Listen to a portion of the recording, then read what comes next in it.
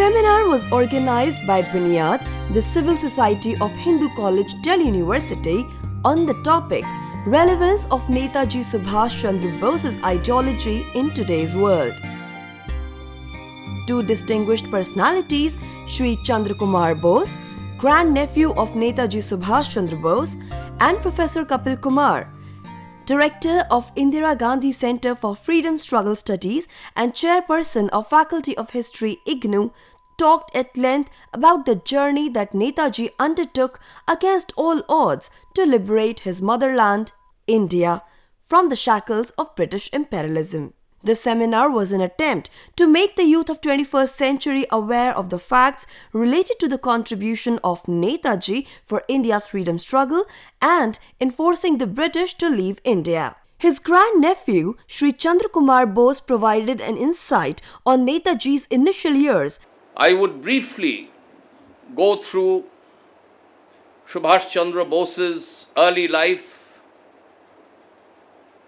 his emerging as a leader, his contribution to Mahatma Gandhi's Quit India movement, and finally, the great escape that he made from his residence in Kolkata, the heroic, adventurous journey that he undertook through Afghanistan, to Russia, and then to Germany, and then finally to Southeast Asia to fight for India's freedom. Certain facts of history we need to rectify in 21st century India to really understand the man Netaji Subhash Chandra Bose. Subhash Chandra Bose was the first head of state of United India. Many of you who have studied history, you have read that on the 21st of October 1943, the provisional government of Azad Hind was established at Singapore, and that was the first free united government of India. On the 15th of August 1947 was the second free government of divided India. This fact of history we need to understand, and the youth must realize how the process of freedom was finally achieved by the Indian nation. His early life, as you know, on the 23rd of January 1897, Subhash Chandra Bose was born in Cuttack. Many people from Odisha, they claim that Subhash Chandra Bose actually hailed from Odisha. Well, Subhash Chandra Bose did not hail from Odisha, neither from Bengal. Subhash Chandra Bose hailed from India.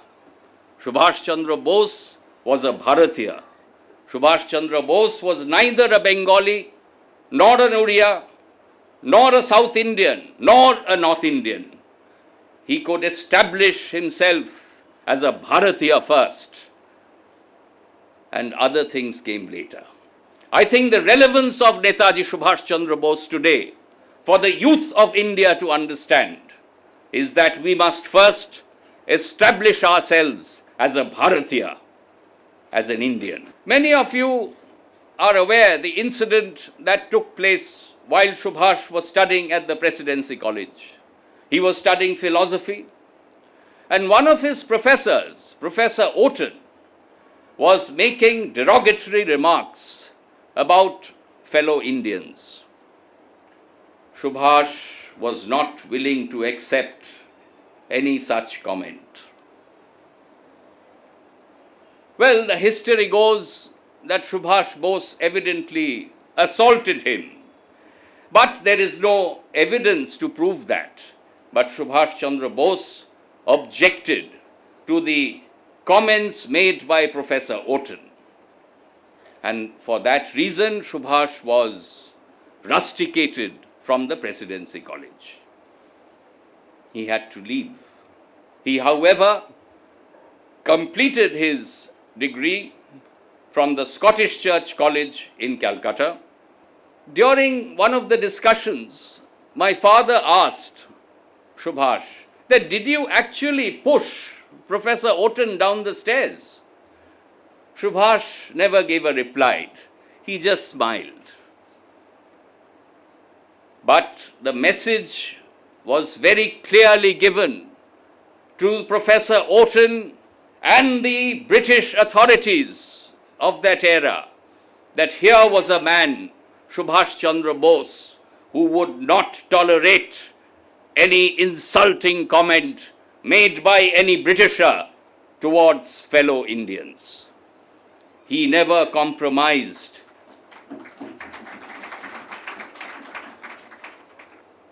He never compromised anything which was wrong. His character building started early in life. Today, I would like to call upon the youth of our nation that Subhash Chandra Bose was inspired by none other than Swami Vivekananda. It was Swami Vivekananda who was Subhash Chandra Bose's spiritual guru.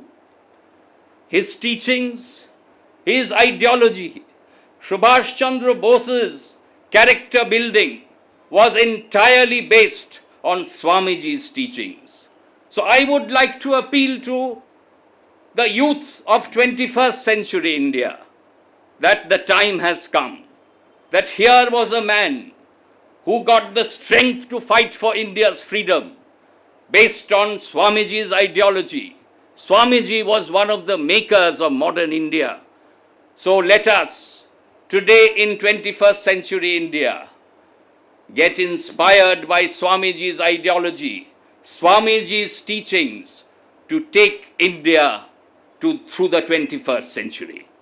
My great-grandfather, Janakinath Bose, was not happy at all.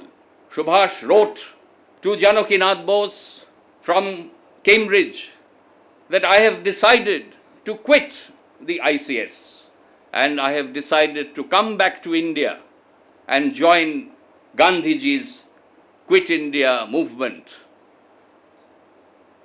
Janakinath Bose was not supportive of this move. But there was one person in the Bose family who supported Subhash Chandra Bose. That was Subhash's elder brother, my grandfather, Sarat Chandra Bose. It was Sarat Chandra Bose who stood next to his younger brother from that day onwards till 18th of August 1945, when Netaji disappeared, and till today we have not been able to arrive at a conclusion. So Sarat Bose supported Subhash's move to quit the ICS and join the Quit India movement. Subhash returned. He came to Bombay and met Mahatma Gandhi and expressed his desire to join this movement for India's freedom. Subhash Bose had two gurus in his life.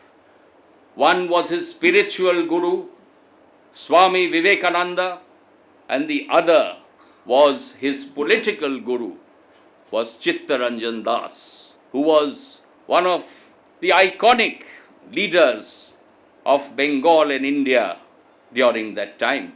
So under Chittaranjan Das's pupillage, Subhash Chandra Bose started his career in politics. See, I have not read any books on Subhash Chandra Bose. What I am talking to you is what I have learnt and gathered from Amyonath Bose, who was extremely close to his uncle Subhash. You see, this submarine was provided by the German army under the leadership of Adolf Hitler. And this 90-day submarine journey is not a pleasure trip. Do you know, no man on earth has ever undertaken a 90-day submarine journey till now, except Netaji Subhash Chandra Bose.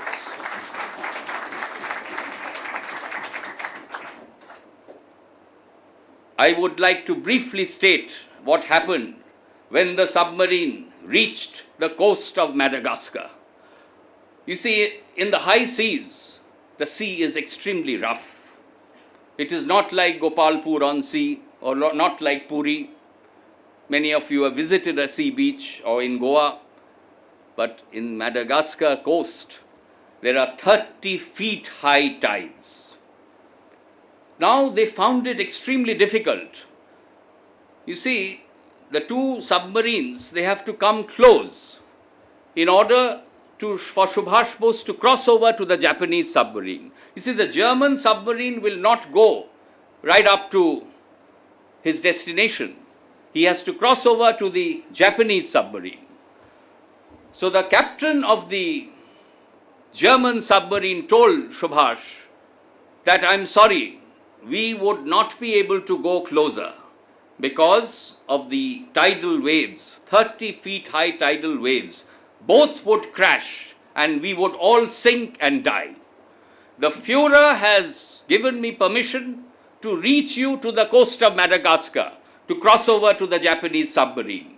But the Führer has not given me permission to die. So I cannot take the risk. So we have to go back to Germany. Here was again Subhash Chandra Bose taking the difficult path. Any other person would have gone back to Germany. It's not feasible. Subhash Bose told the captain of the German submarine that I have come all this way not to go back to Germany. I have come all this way to liberate my motherland. So I would take the plunge. I would reach the Japanese submarine at any cost. So the captain of the German submarine realized that this man is a very difficult person to crack. So he gave a small rubber boat. Just imagine the coast of Madagascar, 30 feet high tidal waves.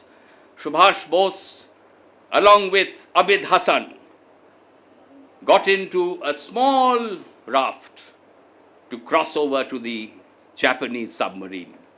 The biography written by the captain of the German submarine states that I could see this small raft disappearing into the high seas. When the 30 feet high tidal waves were coming, we could just see Subhash disappear.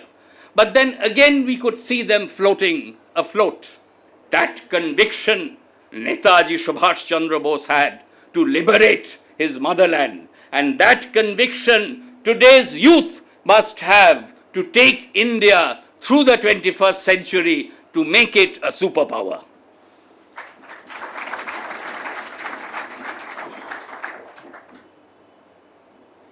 So you all know what happened. Subhash Bose did cross over to the Japanese submarine. He went to Southeast Asia and he took the leadership of the Azad Hind Fauj. Here there is a correction of history. The Azad Hind Fauj was not founded by Subhash Chandra Bose. Azad Hind Fauj was founded by Rash Bihari Bose, another icon who contributed immensely for the freedom of our nation. It was Rash Bihari Bose along with Captain Mohan Singh who founded the Azad Hind Fauj.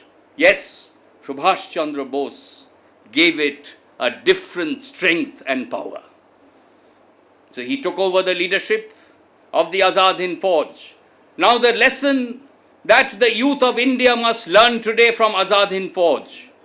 In Azad Hind Fauj, there were no Hindus, there were no Muslims, there were no Sikhs, there were no Christians, there were no Buddhists.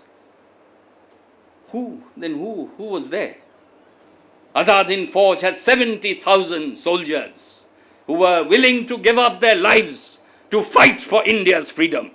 Who was in the Azad Hind Fauj? if there were no Hindus, there were no Muslims, there were no Sikhs. In the Azad Fauj, there were Bharatiyas and there were Indians only. And Netaji Subhash Chandra Bose could establish us as Indians. I think the time has come that the central government, the state government, the citizens of our nation, the youth of our nation get inspired by the teachings of Swami Vivekananda, by the teachings and ideology and the implementation of Netaji Subhash Chandra Bose, and establish ourselves as a true inclusive state, as true Indian, as a true culture of India, as Indians. There is no other way. India would get divided.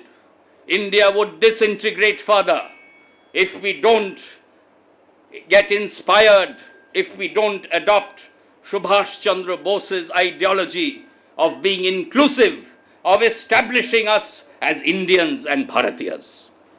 Professor Kapil Kumar shared his views on Netaji Subhash Chandra Bose and the relevance of his ideologies in today's world. I congratulate you all for this, that at least the younger generation is once again trying to understand that why our freedom struggle was relevant and what is the relevance of those leaders who fought for this country's freedom, who fought for making India independent, who struggled and all. Netaji belonged to a stream of nationalism that emerged from the soil of Bengal. You know when? In 1770.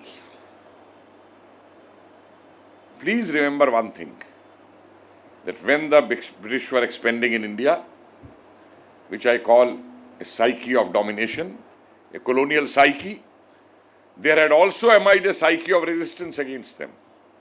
And any part of country they went to, they were resisted. There is no part of India which went willingly to British. And Bengal had given the lead in 1770s through the Sannyasi and Fakir rebellion in this country, where Vande Mataram emerged. There is an intelligence report which says, and mind it, it's 1929, it is not 1941 or 42. It says, he is the man to be watched.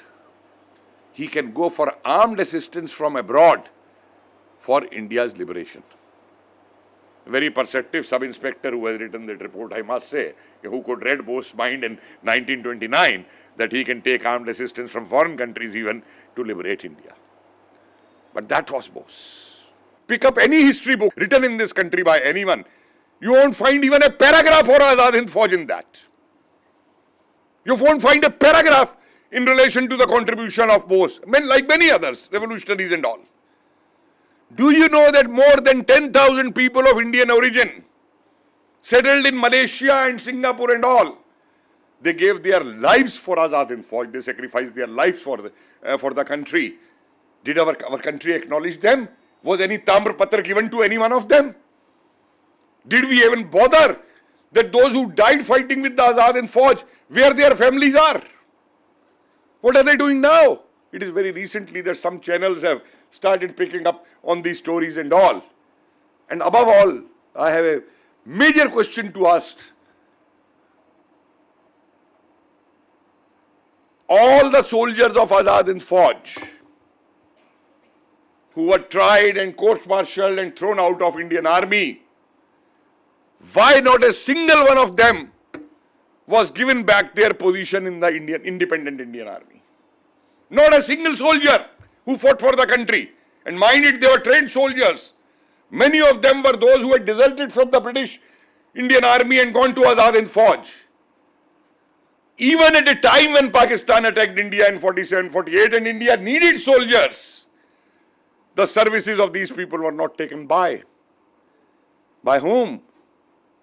And then I'll come to a little later to why this was not done. Pakistan did that. Colonel Habibur Rahman joined the Pakistan army.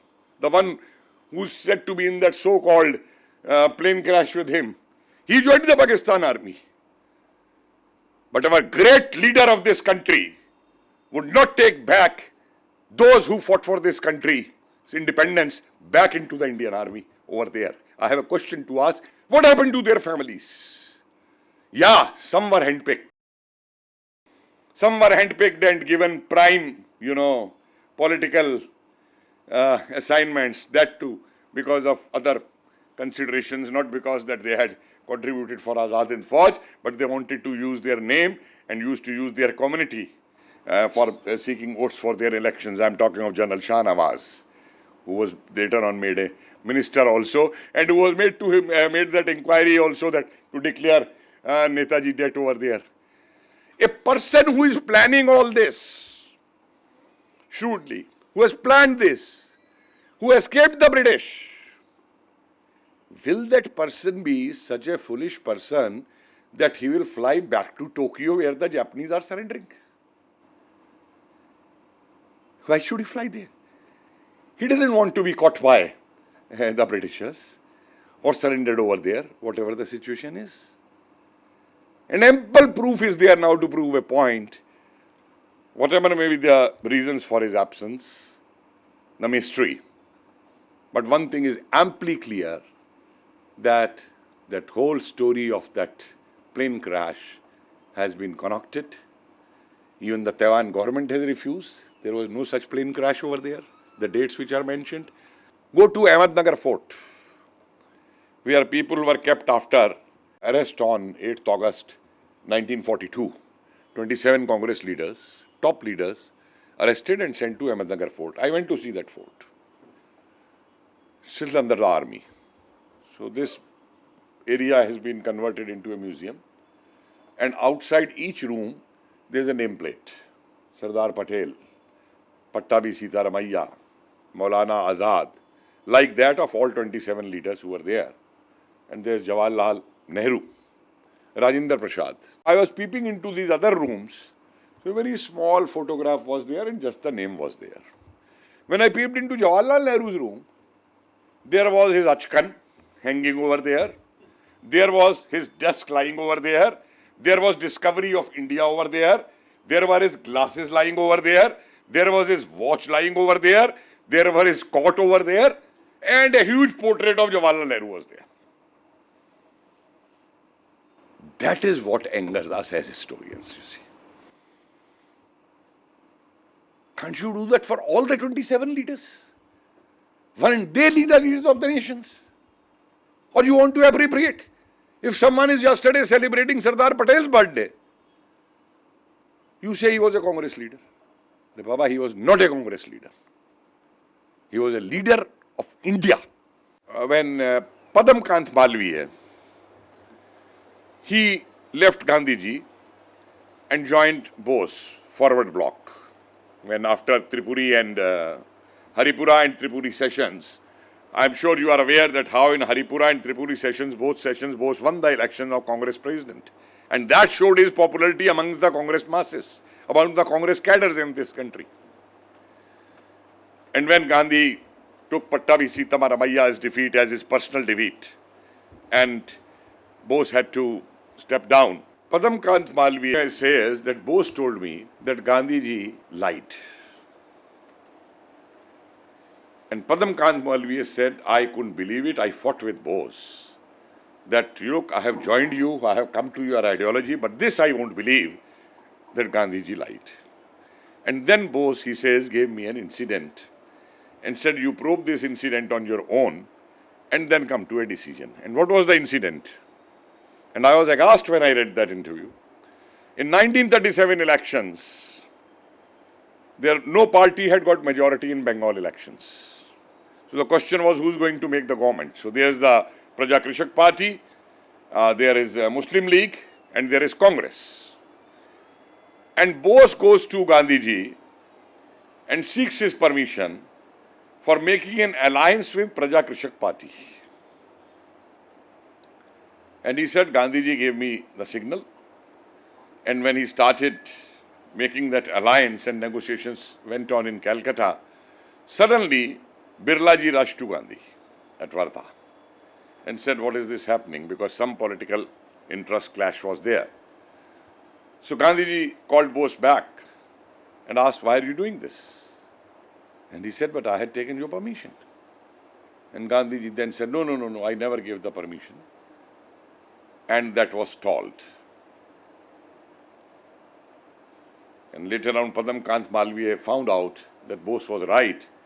But do you understand the meaning and the impact of stalling that negotiations? That led to the creation of East Pakistan in Bengal after that. Because if Prajakrishak Party and Congress would have joined hands, then the Muslim League would have never been able to have make any inroads over there in terms of Pakistan demand. As you are seeing in Punjab, that Muslim League never had a base in Punjab. It was the Unionist Party which had a base in Punjab.